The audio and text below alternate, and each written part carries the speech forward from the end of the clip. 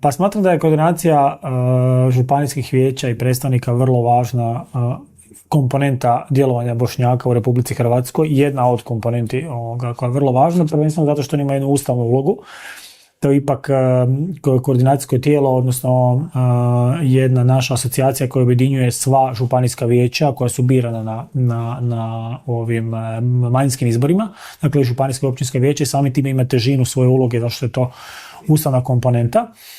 Meni je osobno čast biti predsjednik takvog jednog tijela i na taj način koordinirati rad i programe, projekte svih županijskih vijeća na nivou Republike Hrvatske. Nas je trenutno u toj koordinaciji 14.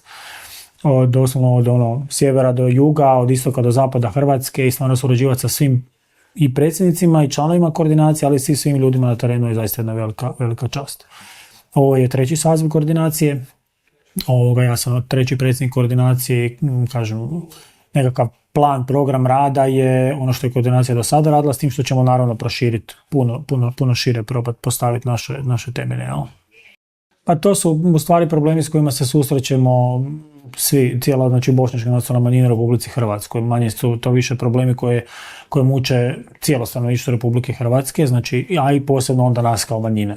To su prvenstveno pitanje našeg položaja, naše zastupljenosti, naših prava prema Ustavnom zakonu, prvenstveno zaposlenosti u zapošljavanju u jedinicama lokalne uprave, samouprave i općenito oni problemi koje muče hrvatski narod.